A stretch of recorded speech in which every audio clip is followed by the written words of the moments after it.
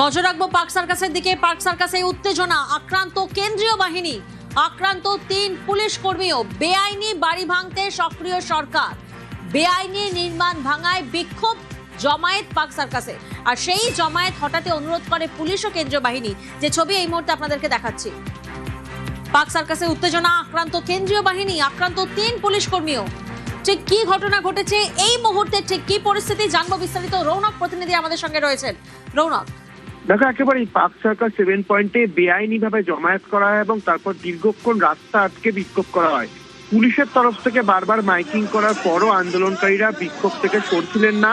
তারপরই দেখা যায় যে একটা রণক্ষেত্র পরিস্থিতি তৈরি হয়। আন্দোলনকারীদের বেশ কিছু অংশ ইট বৃষ্টি, পুলিশকে লক্ষ্য করে ইট ছোড়ে এবং তার ফলে 3 জন পুলিশ কর্মী আক্রান্ত হয়েছে, এমনটাই কিন্তু অ্যাডিশনাল সিপি তিনি জানান।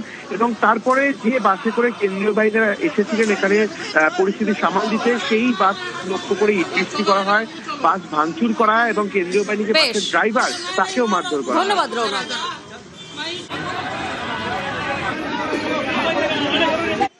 एक अवैध जमायत हुआ था, वो कोशिश कर रहा था रास्ता अवरोध करने के लिए। पुलिस जब हटा रहा था तो पुलिस के ऊपर थोड़ा अटैक किया है। पुलिस का 3 हायर्ड व्हीकल उसको थोड़ा तोड़फोड़ किया है। तो हम लोग का तरफ से जो लीगल एक्शन है हम लोग ऑलरेडी ले चुका है और बाद में के जो लीगल एक्शन है हम लेंगे। ठीक है, किसी को छोड़ने वाला नहीं है हम लोग। मेरे पास अभी तक जो जिनका जानकारी आया हुआ है, मेरा 3 साथियों इंजर्ड हुआ है। আর নজর রাখবো সন্দেশখালীর দিকে। সন্দেশখালীতে বিজেপি কর্মীদের উপর হামলার অভিযোগ।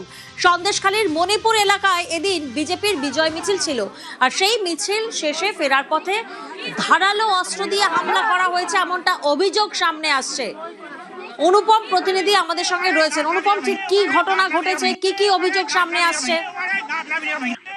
দেখো, যে সন্দেশখালীর মণিপুরে আজকে বিজেপির বিজয় মিছিল ছিল, যে মিছিল শেষ করার পরে তারা যখন ফিরছিল তখন সেখানকার যে স্থানীয় যে তৃণমূলের মেম্বার তার বাড়ির সামনে আসার সময় সেই তৃণমূলের মেম্বার এবং তার অনুগামীদের সঙ্গে বিজেপি কর্মী সমর্থকদের সঙ্গে প্রথমে বচসা শুরু হয় এবং তারপরেই যেটা অভিযোগ যে তৃণমূলের কর্মী সমর্থক এবং তৃণমূলের মেম্বার তারা ধারালো অস্ত্র নিয়ে বিজেপি কর্মী সমর্থকদের উপরে হামলা চালায় এবং 3 জন বিজেপি কর্মী সমর্থক আহত হয়। তাদেরকে প্রথমে খুলনা হাসপাতালে নিয়ে আসা এবং তারপরে আর্যিকরে নিয়ে গিয়েছে এবং এই ঘটনা নিয়ে এলাকায় রীতিমতো উত্তেজনা তৈরি হয়েছে এবং এই ঘটনার পরিপ্রেক্ষিতে 3 জন তৃণমূল কর্মী সমর্থককে আটক করে এই মুহূর্তে জিজ্ঞাসাবাদ করছে সন্দেশখালী থানার পুলিশ।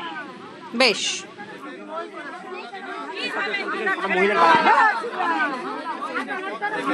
বিজয় মিছিল করছিলাম। বিজয় মিছিল করতে গিয়ে ওদের বাড়িতে আমরা গেছি, বাড়িতে সামনে গেছি, সামনে গিয়ে আমরা আবির দিচ্ছি আর আমরা বলছি যে দাদা কোনো মারপিট নেই, কোনো গন্ডগোল নেই, তোমরা আমাদের সঙ্গে চলে আসো আর আমফানের টাকার ব্যবস্থাটা তোমরা করো। ছেলে একজন, ওর স্বামী বন্দুক ধরে রেখেছে আর ওর বউ ওই যে আমার 2টো ছেলেকে কপিয়েছে। তাহলে বলুন ওরা, ওদের আমরা শাস্তি চাই, ওদের আমরা এখান থেকে বাসটা বিদায় করতে চাই।